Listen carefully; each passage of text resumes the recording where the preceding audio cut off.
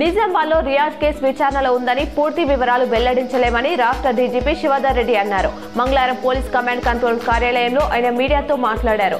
రియాజ్ ను పట్టుకోవడంలో పోలీసులకు సహకరించి గాయపడ్డ ఆసిఫ్ కుటుంబానికి ₹50,000 రివార్డు అందించామన్నారు.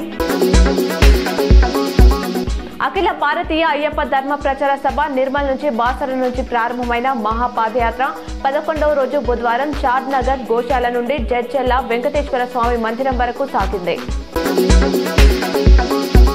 బాల్కొండ మండల కేంద్రంలో స్థానిక సొసైటీ ఆధ్వర్యంలో వడ్ల కొనుగోలు కేంద్రాన్ని బుధవారం మండల వ్యవసాయ అధికారి లావణ్య ప్రారంభించారు. రైతులు ప్రభుత్వం ద్వారా ఏర్పాటు చేసిన కొనుగోలు కేంద్రాల్లో తమ ధాన్యాన్ని విక్రయించి మద్దతు ధర పొందాలని ఆమె కోరారు. కాంగ్రెస్ ను నమ్మి ఓట్లేసిన పాపానికి అన్నదాతలను అరిగోస పెడుతుందని ఎమ్మెల్సీ కవిత అన్నారు. ఉమ్మడి నిజామాబాద్ జిల్లాలో మొక్కజొన్న కొనుగోలు కేంద్రాలు ఏర్పాటు చేయకపోవడంతో రైతులు తీవ్రంగా నష్టపోతున్నారని ఆవేదన వ్యక్తం చేశారు. బంగారం ధరలు ఇవాళ భారీగా తగ్గాయి. హైదరాబాద్ బులియన్ మార్కెట్లో 24 క్యారెట్ల 10 గ్రాముల బంగారం ధర ₹3,380 తగ్గి 1,27,200కు చేరింది.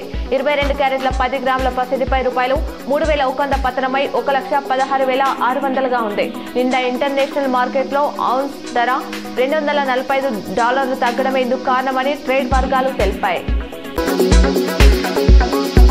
శివకేశవులకు ప్రీతికరమైన కార్తీక మాసం నేడు ప్రారంభం కానుంది. నా కార్తీక నమో మాస నా దేవం కేశవాత్పరం నాచవేద సమం శాస్త్రం నా తీర్థం గంగయాస్తమం అని స్కంద పురాణంలో ఉంది. అంటే కార్తీకానికి సమానమైన మాసం, కేశవుడికి సమానమైన దేవుడు, వేదంతో సమానమైన శాస్త్రం, గంగతో సమానమైన తీర్థం లేదు అని అర్థం. యుఎస్ అధ్యక్షుడు డొనాల్డ్ ట్రంప్ భారతీయులకు దీపావళి శుభాకాంక్షలు తెలియజేశారు. ఇరు దేశాల మధ్య వాణిజ్యం గురించి ప్రధాని నరేంద్ర మోదీతో తాజాగా మాట్లాడినట్లు తెలిపారు. వైట్ హౌస్ లో నిర్వహించిన దీపావళి వేడుకలో ఆయన పాల్గొన్నారు. మోదీ కొన్నేళ్లుగా తనకు మంచి స్నేహితుడని చెప్పారు. తెలంగాణ రాష్ట్ర భవిష్యత్తు రూపకల్పన కోసం ఉద్దేశించిన తెలంగాణ రైజింగ్ 2047 సిటిజన్ సర్వేకు ప్రజల నుంచి విశేష స్పందన లభిస్తుందని కలెక్టర్ టీవీనే కృష్ణారెడ్డి తెలిపారు. ఈ సర్వేలో తెలంగాణతో పాటు ఇతర ప్రాంతాల నుంచి కూడా అన్ని వర్గాల పౌరులు పాల్గొని విలువైన సమాచారాన్ని అందజేస్తున్నారన్నారు. ఆర్మూర్ పోలీస్ స్టేషన్ పరిధిలో పేకట స్థావరాలపై దాడులు చేపట్టినట్లు సిఐ సత్యనారాయణ తెలిపారు. దీపావళి సందర్భంగా నిన్న రాత్రి ఆయా గ్రామాలలో పేకట ఆడుతున్న 110 మంది వ్యక్తులను పట్టుకున్నామన్నారు.